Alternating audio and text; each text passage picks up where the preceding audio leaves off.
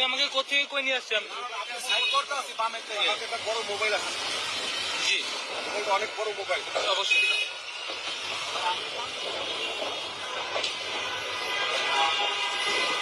জি বলুন স্যার। আপনারা signal violet করেছেন, আপনাকে দাঁড়াতে বলেছি, আপনারা ওখানে না দাঁড়িয়ে আমাকে ধরতে ধরতে এখানে নিয়ে আসছেন। আমাদেরকে নিয়ে আসছে কেন? আপনারা দাঁড়াবেন না কেন? আপনারা সিগন্যাল ভায়োলেট করেছেন, আপনাদের সিগন্যাল দেওয়া হয়েছে। মোবাইল আছে না? আমার শর্ট নিচ্ছ? হ্যাঁ ওয়ান টু ইউর জব। আমি আমার জবই করতেছি স্যার। তুমি এরকম মুভ মারতেছো কেন? কি মুখ মেরেছি? মুভ মারতেছো কেন? আমি কি মুখ মেরেছি? সরি বলছি।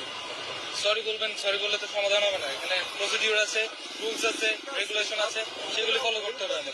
আমি গাড়িটা আমি আপনাকে ওখানে থামাতে বলছি, আপনি ওখানে না থামিয়ে আপনি এত দূর চলে আসছেন। আমার শোনাই, আমার এখন চাইনিজ এম্বাসিতে আমি বিএনপি ভাইস চেয়ারম্যান।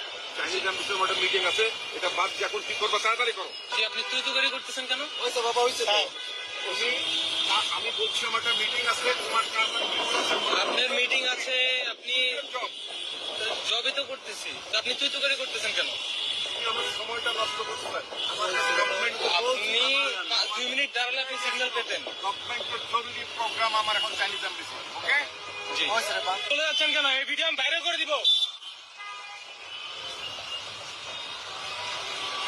ওনাকে সিগন্যাল দেওয়া হয়েছে, উনি গুলশান 2 এর মতো জায়গায় সিগন্যাল ভায়োলেট করছে এবং ওনাকে ওখানে দাঁড়াতে বলা হয়েছে, উনি এত দূর টেনে নিয়ে আসছে।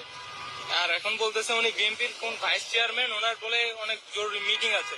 তো উনি কি সাধারণ জনগণ না? রুলস রেগুলেশন কি ওনার জন্য না? ইনসাফ নিউজ, সত্য প্রচারে সর্বদা প্রস্তুত।